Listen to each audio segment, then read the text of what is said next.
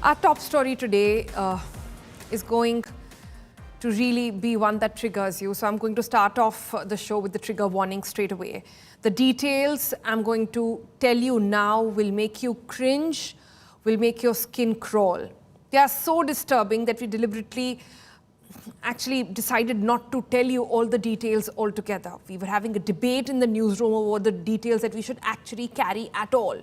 But in the end, we decided to go ahead with the story because it's important that the true face of the predator, the disgusting face of the so-called Babas who claim to be the men of faith, that has to be unmasked. So for a moment, take a pause and bear with me a little bit. Asaram Bapu, Ram Rahim, Nityananda, and now the latest so-called Baba to be exposed is that man on your screen. He calls himself Swami Chaitanyananda Saraswati, but let's call him for who he really is. He's not a God man, he's a fraud man. His name is Partha Sarthi. And what do all these Babas who I just named for you right now, what do they have in common? In the name of God, they abuse. In the name of God, they molest. In the name of God, they trick minors into trafficking. And they're getting more and more sophisticated. What's shocking is his affiliation with the reputed management institute, Sri Sarada Institute of Indian Management, where he served as a director. And he wasn't just some some random self-styled guru. He posed as a spiritual mentor, using that position to lure victims and exploit them. This institute we told you about is in South Delhi, the very affluent Vasant Kunj, that's where it is. His modus operandi, it involved grooming vulnerable people, creating fake spiritual connections and demanding sexual favors as well, even pushing some into trafficking networks tied to Dubai sheikhs. The evidence? Well, India Today has got their hands on that. Chats obtained by the police reveal very explicit sex demands and a chilling trafficking angle. We at India Today have accessed some of these chats. It's cringeworthy to say the least. I'm not going to get into the details, but some of them you should know. In one of them, this so-called Swami is referring to one of his students as his sweetest baby, his doll daughter. In another leaked conversation, he goes on to make a very desperate plea. Without any replies, this message reads that, "Baby, where are you? Are you angry with me?" The next set of leaked texts reveal his sort of predatory persistence. When the student messaged that she was going to sleep and would call him tomorrow, he replies by saying, "You will not sleep with me? Are you upset with me? Speak." Now, this isn't just abuse. It's an organized exploitation disguised as spirituality, with people in position of power, with access to girls who are vulnerable. His repeated coercive tone underscores the disturbing pressure he placed on these women. And the frustration here is this, that these so-called godmen get away by all of this. Look at those pictures. Asaram Bapu, Nityananda, Ram Rahim, they've all been convicted, yes, but only after long delays, legal battles, and too much suffering for the victims. The inaction, slow legal process gives them little hope, no? Little hope for women who want to speak up. The law needs to move faster, strike harder on these fraudsters who hide behind religion and faith to commit these crimes. This isn't just a story about one man, it's about a system that lets them thrive. So the question really is, when will we stop turning a blind eye? When will our faith make us question, reason, not just go on for blind belief? Let's take this story, this very, very disturbing story forward with our guests. First up, joining me is Dr. Kiran Bedi, former IPS officer. Dr. Bedi, I want to start by asking you, the criminality angle of this all, the management institute he was part of, I say he was because they have washed their hands, saying that they want nothing to do with the man anymore. But can that be the case? would you say in cases like these, they would be as liable, as responsible? Everybody. I would not even exclude the girls, because somewhere they were, some of them may have been gaining financially or otherwise.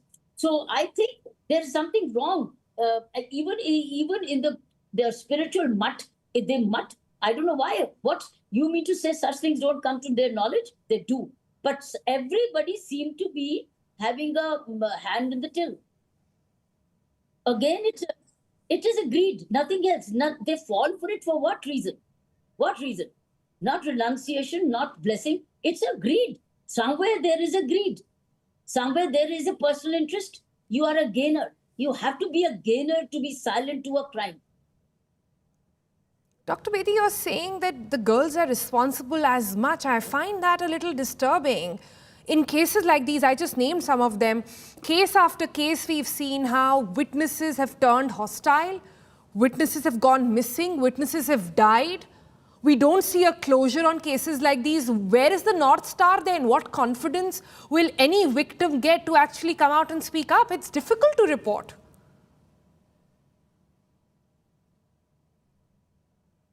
It's not difficult if women get together. It's not difficult. Problem is only when you're only by one or two. But if you gang up together, group together, then it's not easy. Difficult. Then it's not difficult, because then you only have to tap social media on that. Social media, even anonymously, you can put on social media, name and shame him. Why not use social media? In fact, one of the biggest advantages of social media is for this purpose, to protect yourself and expose the man. Why did you not do this? I can't imagine they were also so foolish and ignorant. I'm sure they knew they could do it, but why did they keep quiet? They also are equally accountable. I'm telling you today, exposing a bad character is not difficult. You just have to put him on Instagram. And this is not defamation. It's not defamation. You can even tag the governments of the day, the positions of the day. You can tag them and it will go. Why would not? Instagram, Facebook, your Twitter, X handles, they're all available. LinkedIn, tell me where, if you do this all in one shot, it's a viral. It will go viral. So who says that it's difficult? It's not difficult. Today, defaming a person or seeking justice through proper messaging is possible. Both. Ma'am, I hear you, but I'm finding it. I hear you, but I'm finding it difficult to process this, because in case after case, we've seen it's been girls who are minors. We've seen girls who have come from economically weaker sections. They've been girls who've got admission to these colleges, etc., on quota. They have fought really hard to be where they are, and then to be facing this under broad daylight in a place like Delhi, in the national capital, in affluent places. And like I said, where is the North Star that any of these babas go punished? They're out on parole half the time. There are legal forums. There are a lot of NGOs which are doing legal proactivism. I think, why not tap them? But as I said, there is no shortcut. Use the social media for justice. And for such cases, your best bet is social media. And if you have evidence, put it. Don't be afraid, because you are not defaming anybody. You're basing it on evidence. And you can be a larger group, and you can also be, in that case, protect yourself. But I said tag them to powers that be, and they have no choice. Had they tagged the, let's say, mygov.in, mygov.in is PM's portal. Mygov.in, and every grievance sent to mygov.in gets registered and goes to the right organizations and right departments, and then action is asked for and it comes on record. Why? What's the big deal about this? Emailing? What about group emailing? What about group emailing? What are they afraid of? So I think they not use the communication tools. Waking up one day, 16 of them, and they were afraid earlier. No, I think they too were probably benefiting. I'm sorry to say that. but they could be. They can't say हम डर रहे थे. अरे Facebook में तो रोज phone करते होंगे आप सब कुछ जानते हो सोशल मीडिया में. आजकल today's generation knows everything how to use the social media. Why can't social media be used for getting justice to themselves? All right, Dr. Kiran Bedi over there, thank you so much for joining us with your thoughts. I have to say, don't quite agree with what she's saying over there. It is not easy for victims to always report. We've seen that in case after case. That's why committees are formed, and I think the responsibility must also rest with these institutes who bring people on board as directors, who bring people. There were cameras for all of you that were found in their washrooms, in their changing rooms, in their places where they used to sleep. And the access to all those cameras also found with this guy, this man on your screen over there who posed to be a Baba. So clearly there's a larger web and everybody needs to be questioned very clearly. But let's take a pause for a minute and go back, because if you haven't heard the gory details on the story just yet, well, you should see this report. It is Delhi's saga of shame. Chaitanyanand, Delhi's monster Baba, who allegedly molested at least 17 young students at his institute, has been nabbed by cops. But more skeletons continue to tumble out of his closet. India Today has now accessed his shocking sex chats that investigators say expose his predatory behavior. In one chat, he asks the girl if she will sleep with him, while in another, he says that a sheikh from Dubai wants a sex partner and even asks the student if a classmate or a junior might be available. The self-styled godman flooded his victims with sleazy lines. Now, in the chats, you can see he used to call them baby. Baby, baby, where are you? Good morning, baby. These are the kind of messages that the molester Baba used to send the students, the girls on chats. And the most important message that you need to see is that you will not sleep with me. This is the kind of language and the kind of messages that were sent by this self-styled godman to young girls. Will you not sleep with me? Good evening, my most beloved baby daughter, is how he used to call these girls, is how he used to address these girls. Cops now suspect that the self-styled godman may be involved in sex trafficking. His texts, where he revealed pimping for wealthy Dubai sheikhs, are now under the police scanner. ये कई उससे दिखता है कि ये बातें कई महिलाओं से कर रहे हैं जो कि नहीं लगता कि कोई प्रोफेशनल बातें हैं, पर्सनल बातें हैं. और जैसे कि फ़ोटो भी हैं कई एयर होस्टेस के साथ या जहाज़ में जब बैठे हैं नॉर्मल वे पे. और कई उन बच्चों ने इनको अपना बायोडाटा भी भेज रखा है कि नौकरी लगवाने के बहाने से इन्होंने उनसे बातचीत शुरू की होगी. तो वैसे अलग अलग बहाने से जिसकी जो प्रॉब्लम हो उस तरह से कहते होंगे कि मैं सबको पहचानता हूँ, जान पहचान है, मैं आपकी प्रॉब्लम हल करा दूंगा. तो उस बेस पे ये उनसे अपना बातचीत शुरू करते होंगे. वैसा इनका वो जो एक कंडक्ट होता है वो दिखता है. As probe continues, Delhi police have now taken Chaitanyanand to his institute along with one of his women aides. This bone-chilling case has exposed how female students in some of Delhi's reputed educational institutes remain vulnerable to sexual exploitation. With Arvind Oja and Anjali Pandey, Bureau Report, India Today. All right, let's take this story forward with our guest joining us now. Partha Gupta, child rights activist, is with us. Also with us is Brinda. She's a women's rights activist over there. Brinda, first to you. I was just talking to Dr. Kiran Bedi. I don't know if you heard that interview over there right before you guys joined in. And I was trying to understand that, it's difficult. My understanding is that it's difficult for women to come out and report, especially when you've seen cases after cases, report after report, eyewitness after eyewitness backing off in other cases. There is terror, there is fear, there is shaming that takes place. And frankly, as a reporter, reporting so many of these stories over the years, it frustrates me that stories like these still continue to happen when there are cameras found inside washrooms, etc. So I'll ask you straight, what do you think in these cases, who is to be blamed first? It's not just the criminal, it's a system that supports the criminal as well. It's these colleges where he's roped in as directors. It's these ashrams that are running a full system backing in a molestation. You're absolutely right. It is a complete system. But we also want to hold the state accountable because the state has got some laws. They expect that these institutions, especially educational institutions, have to comply with certain norms. Now, why has there not been any compliance? Is there posh in this particular organization, institution?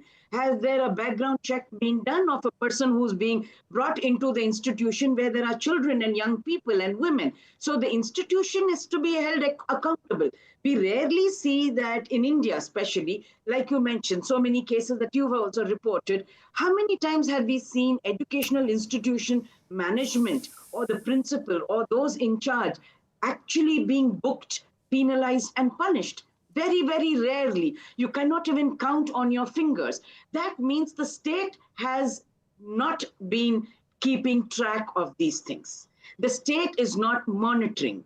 And let us also keep in mind that all educational institutions have some kind of political patronage, a lot of power and influence and connections. And that is why police also might find it very difficult to register cases. But everything said and done, we are a deeply patriarchal society. We do not make space for any of our girls and our children to come out and talk. We do not, as a community and family, also give that courage to our children to say, come out and speak about it because you are the brave one. We never do that. We always try and place the blame on the vulnerable victims where they have not had a choice. They are not in a position of power. They are very vulnerable. And these people make use of that vulnerability. Yeah. Partha is also with us. Partha, what shocked me and disgusted me, frankly, the most about the story is the fact that this was not happening in some back of the beyond village in Rajasthan or Haryana or Madhya Pradesh or someplace. This happened in Delhi. This was happening right under our nose. This was patched in with an educational institution. He figured out in Delhi not many people are coming to this ashram of his, so he will go to an institute, affiliate his name, and it's just, I don't even know. Is there a way to sort of get down on these people and understand why? Is there time that we question the institute as much as we question the Baba here? You see, the case, the concept here is actually we are lacking safe spaces. When we talk about hostels, educational institutions, you were rightly, you have mentioned that these institutions, they are imparting, they're opened and without any regulation. Most of them are without any regulations where children are staying, specifically in hostels. You see, in CRY, when we are working with the child rights and protection, the JJ Act is there for the children below the age of 18, and JJ Act has mandated that all the childcare institutions must be registered under JJ Act. But there is, all the hostels are out of the purview of JJ Act. So what is happening? There is no mandatory audits are there. Nobody is going and checking how these institutions are managing themselves. What is the situation of the children over there? And you know, when anybody who is studying, they are not so well equipped to express themselves also. And maybe children who comes to these type of institutions, they have their own baggage. Maybe they are from very underprivileged classes. So they are afraid to speak out. And they're afraid to speak up. That's exactly my point. But Partha, I was talking to Kiran Bedi a little while ago, and she seems to believe that girls are to be blamed as much.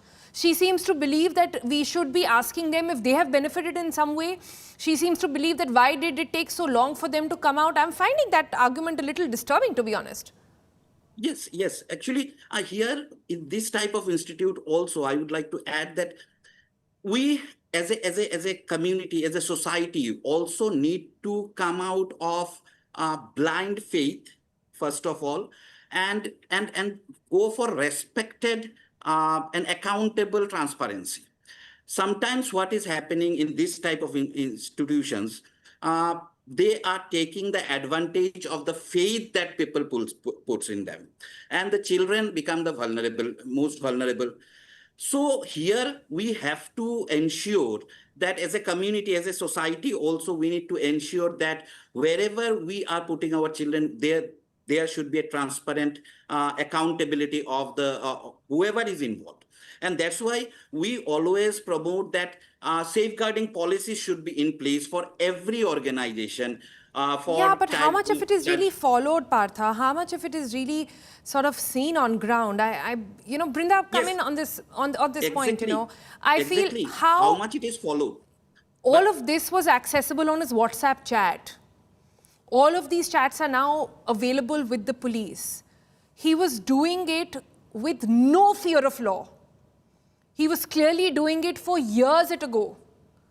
This is perhaps just the tip of the iceberg. He must have been part of so many other institutes that we don't even know of. So many other places where he's met girls, where he's promised jobs or education or travel or anything, luring them with just any kind of freedom in the name of assault. So how do we even get down to people like these? Because like I said, there is no confidence left that the law will take these people to justice, that the law will actually punish them. Yes, that is another part. Let Brinda respond, please. Let Brinda respond.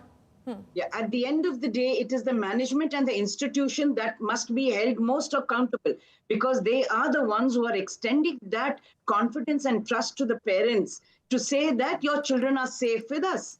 And if these management and institutions are not held accountable, you cannot, it's unfair and incorrect to place the burden on the children and say, why haven't you reported? Why did you take so long? We adult women ourselves find it so difficult to report even the smallest of sexual harassment on the street. How will the children talk about it? Because as a society, we don't talk about these things and we place the burden on the victim and the survivor. So it is very difficult for us to all the time come forward. But that said, there are laws and there are policies and guidelines which the state is not monitoring.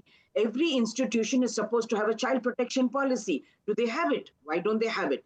It's supposed to have counselors. Are the counselors there open, neutral, and not intimidated by any powers that be in the institution, so the children can come and talk to them? So these are all things that I will hold the state accountable for and all the duty bearers. Yep. Well, I must say that this is just one of the cases, and I'm sure not the last we've heard. To anybody else, I can only say, and perhaps end this segment on that note, if you know of someone who's facing any kind of coercive, sort of coaxed into a situation like this, if you are yourself being coaxed into a compromising position, please speak up. Please get in touch with people, talk about it, post about it, get help, because this is no way to live. And we've got to unmask them. You don't need to be afraid. We need to expose all of them. That's what's important. So please, if anybody is watching right now and can even take an iota of inspiration, please do. Whatever little can be done will be done, and you need to get out of that web. We'll take a quick break on that note. Thank you, Brinda and Partha, for joining us with the very latest on that.